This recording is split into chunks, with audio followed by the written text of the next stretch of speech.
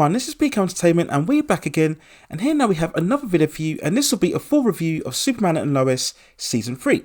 Now there are likely to be spoilers throughout, so just beware when going into this video, and you can check out my previous coverage of both Seasons 1 and 2 of the series, and I'll leave some links within the description. So quickly then, just to recap over the end of events within Season 2, Superman, with the help of John Henry and his brother Tyrell, helped to stop Alston from submerging her own inverse universe within the current world. John Diggle visited John Henry later on to warn him of the threat of Bruno Manheim, and we see the Kent family building a new fortress within the ocean. Now in terms of this season, Bruno Manheim was established as the main antagonist and his suspicious links to the infamous Intergang organisation. We see Clark and Lois in particular determined to expose his criminal connections. This season would then be dominated by Lois discovering her diagnosis of stage 3 cancer. This would see Clark and the rest of his family going all lengths to try and save her and maybe coping for the seemingly inevitable. The pursuit of Manheim is put into sharper focus when it's discovered that his wife, as well as having sonic powers, is also suffering from cancer and has been a fellow patient of Lois. We see Jordan expanding his hero-saving duties, putting together a suit as he continues to improve on his abilities. But this causes him to overindulge in his identity and he starts to become more reckless and irresponsible. As the rivalry intensifies between John and Manheim, Natalie begins a relationship with his son Mateo. As Lana consolidates her position as mayor, we see Carl begin a relationship with Chrissy, and Sarah continues to struggle to find a purpose within her life. And the latter stages of this season sees the ever predictable return of Lex Luthor being released from a 17-year-old prison sentence, wrongfully by evidence collected from Lois, and he secretly endeavours to get revenge on both her and Superman. Now when looking back on the third year of this show, this was yet another solid season, but admittedly it's been a bit of a step down from the previous two seasons. This season was much more slower paced and sombre, and this was primarily down to the cancer storyline, which benefited and also held this season back. Now on the plus side, the cancer story generated many strong emotional moments, providing elements of both heart and depth, things that this series has always done, but it did have greater impacts this time round. I'll also give major kudos for treating this arc very seriously, with a lot of sincerity and good intentions. They didn't treat it as a trivial flavour of the week crisis. This was a sustained conflict for the characters to deal with, and it does add a legitimate weight to the story. What also helped this storyline was the acting, which for the most part provided very strong performances. Elizabeth Bitsy Tulloch again shines, especially bringing all of the fiery angst and frustration, and once again with her and Tyler Hoechlin maintaining that strong character dynamic and togetherness, again so good that the writers don't have them splitting apart just for the sake of it. Now for all of the merits of the cancer storyline, of which generated very strong material, it did come at a price. As well as a slow pace and much more of a muted tone, we did get a lack of energy and momentum, and worse off, we also got a lack of Superman and Superman action. Now yes, I fully understand that the show's focus since it started was to be much more about family and Superman, how he copes with the dual role of being both a superhero and a parent. It was never set out to be the wall-to-wall escapist superhero adventure that we would see from the likes of, let's say, The Flash. But you still need Superman, and where Season 1 and Season 2 still gave us plenty of spectacle, this season Superman is far less involved. I'm sure there's at least a run of 3 to 4 episodes where Superman is barely in it, and this proved to be very frustrating for some viewers, some of whom deemed that the season reached certain levels of boredom. Now I wouldn't quite go that far, but the narrative did get very stagnant at times, and you were feeling where exactly was the story going.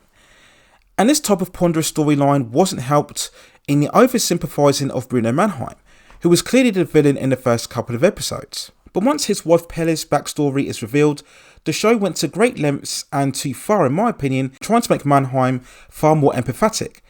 It got to a point where we couldn't root against him, as the only thing he's really trying to do is to help cure his wife. So if we can't root against him, then what exactly are we watching a series for? And they did try to walk this back a little bit with the rivalry between Manheim and John Henry, but I think it was too little too late at this point. Manheim was made too sympathetic for me and not enough to be the season antagonist. We then look at the supporting cast, all of which of them in terms of actors are playing their roles absolutely fine, but a lot of their stories, or B-plots if you like, just felt a bit redundant. Whether it was Carl's and Chrissy's affair, Sarah trying to define herself, Sam getting back into the dating circuit, Whilst not terrible, these story arcs just aren't very compelling and probably slow down the pacing of the show, and again you wonder how necessary they were. And this question could be validated much more when we see season 4, which will result in a reduction in the cast and characters. Now when you look at Jonathan, this is a character it seems that the writers just don't know what to do with. Whilst Jordan gets far more interesting material as he's coping and becoming a bit more corrupted with his superhero celebrity status, Jonathan is saddled with just being a fireman being trained by Kyle, still no release of any powers at this point while Jordan gets more, and that just lessens his importance throughout the story. They've really spun the wheels in terms of what to do with this character. Now I understand to an extent that the writers didn't want to have both of them developing powers at the same time. Maybe this was down to budget constraints. Maybe they felt that they wouldn't be able to dedicate enough time having 2 story arcs of both sons developing powers at the same time. But it just makes Jonathan far less of a compelling character. And with a limited season 4, we ask the question as to whether he will get more or less focus when that season comes around. I guess we'll have to wait and see. So we then look at the season's overall conclusion, which once again saw the return as Lex Luthor, a villain that is all too overused in terms of Superman content.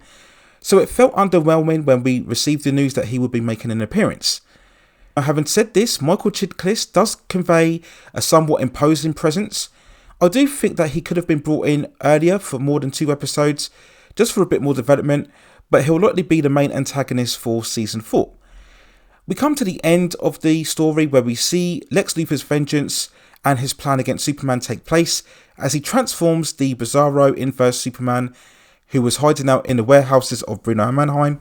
We see him transformed into a variant of Doomsday, and again I just found this such a cliche choice as, like Lex Luthor, Doomsday is a villain that we've seen far too often in Superman content, certainly over the last 5 to 10 years. So there was no real crescendo or truly surprise excitement for me personally when we see this battle play out. Again, as I mentioned in my review of the finale, the actual design and aesthetic of Doomsday isn't that good at all. Maybe it's a mild cut from what we saw in Batman vs Superman, but that's not really saying much. So we see the story conclude where we see both Superman and Doomsday fighting it out. Superman seems to get the upper hand, but then Doomsday comes back, and then both contestants rise up and fight on the moon, and then we see them coming together before the screen cuts to black. So very much leaving the story on a cliffhanger, and we'll have to wait and see how this battle plays out. But as mentioned, what will be far more interesting for me is how exactly they wrap up all of the story arcs of the supporting characters. As I mentioned before, we'll be seeing a far more reduced involvement within season 4. I imagine that it'll probably be in the first couple of episodes just to give them a nice send-off before we then see much more focus on the Kent families and presumably Lex Luthor as well.